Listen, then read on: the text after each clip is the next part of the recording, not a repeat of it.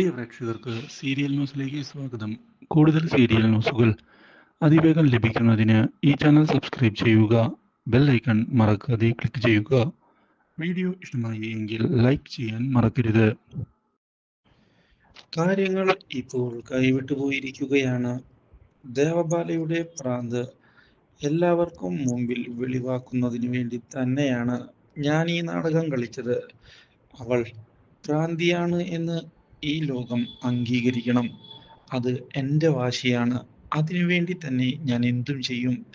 ഇനിയും ഇതുപോലുള്ള കാര്യങ്ങൾ ചെയ്യും എന്ന് ദേവരാജനോട് പറഞ്ഞതിനെ തുടർന്ന് ദേവരാജൻ പൊട്ടിത്തെറിച്ചിരിക്കുകയാണ്. മാത്രവുമല്ല, ഇതേ തുടർന്ന് ദേവരാജൻ അഭിഷേകിനെ തല്ലുകയും ചെയ്യുന്നു. നീ എന്തറിഞ്ഞിട്ടാടാ ഇങ്ങനെയൊക്കെ പറയുന്നത്? നിനക്ക് ഇങ്ങനെയൊക്കെ ചെയ്യാൻ എന്ത് യോഗ്യതയാടാ ഉള്ളത്? എനിക്ക് ഒരു യോഗ്യതയുമില്ലായിരിക്കാം, പക്ഷേ നിങ്ങളുടെ മകൾ, അവൾ എൻ്റെ തലയിലായിരിക്കുകയല്ലേ ഇപ്പോൾ.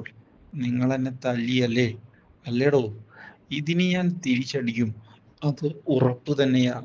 ഇത് അഭിഷേകിന്റെ വാക്കാ. ഞാൻ എൻ്റെ ജീവിതം സുരക്ഷിതമാക്കും. നിങ്ങൾ നിങ്ങളുടെ മകളുടെ ജീവിതം സുരക്ഷിതമാക്കിയല്ലോ. അതോടെ എല്ലാം കഴിഞ്ഞുവെന്നാണോ കരുതുന്നത്? ഇല്ല, ഒന്നും കഴിഞ്ഞിട്ടില്ല, തുടങ്ങുന്നതേ ഉള്ളൂ. ഇനിയാണ് ഞാൻ കാര്യങ്ങൾ കാണിക്കാൻ പോകുന്നത് എന്ന് പറഞ്ഞ അഭിഷേക് അവിടെ നിന്ന് പോകുന്നു. ഇതോടെ അച്ഛാ, അഭിഷേകിനെ തല്ലാൻ പാടില്ലായിരുന്നു. എന്തിനാണ് അവനെ തല്ലിയത്? അവൻ ചെയ്തത് എന്താണെന്ന് നീയും കണ്ടതല്ലേ? ഒരു ഭർത്താവ് ചെയ്യുന്ന കാര്യമാണോ അവൻ ചെയ്തത്? ഇതൊക്കെ തല്ലി കിട്ടിയാലേ ശരിയാവുകയുള്ളൂ. നീ ഈ കാര്യത്തിൽ ഇടപെടേണ്ട ദേവപാലെ. ഇത് ഞാൻ തീർത്തുകൊള്ളാം. ഇത് എൻ്റെ കാര്യമാണ്. ഇതോടെ ദേവപാല ആകെ തകർന്നു പോവുകയാണ്. എന്തായാലും എൻ്റെ ഭർത്താവിനെയാണ് അച്ഛൻ തല്ലിയത്. അത് എനിക്ക് ബുദ്ധിമുട്ടുണ്ടാക്കുന്ന കാര്യമാണ്. നിന്റെ ഭർത്താവോ? ഒരു ഭർത്താവ് ഇങ്ങനെ ചെയ്യുമോ? അവൻ ഒരിക്കൽ പോലും നിനക്ക് ആ സ്ഥാനം തന്നിട്ടുണ്ടോ? നീ ഒന്ന് ആലോചിച്ചേ. ഇല്ല, നിന്നെ അവൻ എന്നും വഞ്ചിക്കുക മാത്രമാണ് ചെയ്തിട്ടുള്ളത്. ഒരിക്കൽ പോലും നിന്നോട് സ്നേഹത്തോടെ പെരുമാറിയിട്ട് കൂടിയില്ല അവൻ. എന്നിട്ടാണ് നിന്റെ ഒരു ഭർത്താവ് സ്നേഹം എന്ന് പറഞ്ഞു പോയിരിക്കുകയാണ് ദേവരാജൻ. എന്നാൽ അടികിട്ടിയതിനെ തുടർന്ന് വാശി കൂടുകയാണ് അഭിഷേകിനുണ്ടായത്. ഞാൻ കാണിച്ചു കൊടുക്കാം അഭിഷേക് ആരാണ് എന്നുള്ള കാര്യം അയാൾക്ക്.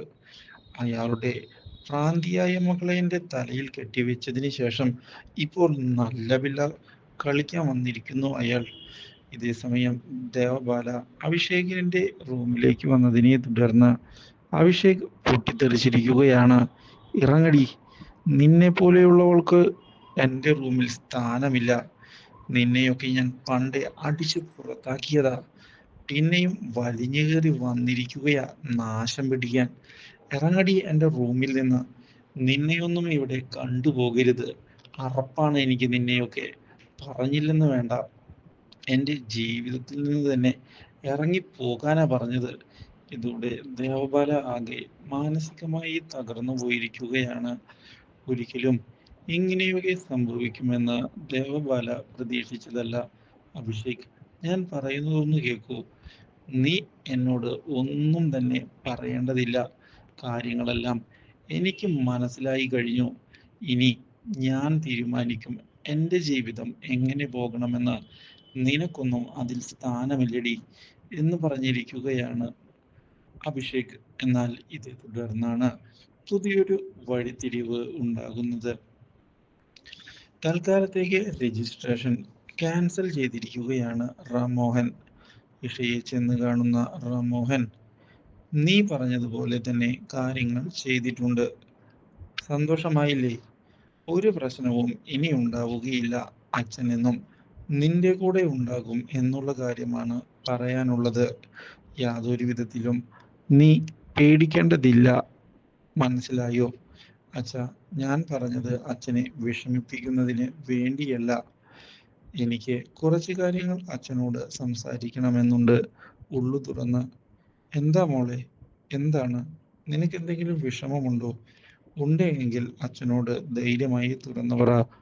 അച്ഛൻ കൂടെയുണ്ട് എന്തിനും ഏതിനും.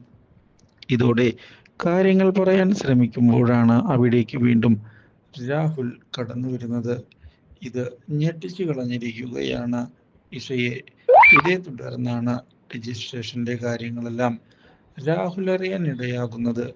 ഇതോടെ തന്റെ അഭിനയം മുന്നിലേക്ക് കൊണ്ടുപോകാൻ തീരുമാനമെടുക്കുന്ന രാഹുൽ, അത് കുഴപ്പമില്ല അങ്കിൾ, എല്ലാം അങ്കിളിന്റെ ഇഷ്ടം പോലെ എന്ന് പറഞ്ഞ് ഒഴിഞ്ഞു മാറിയിരിക്കുകയാണ്. Do like, share and subscribe.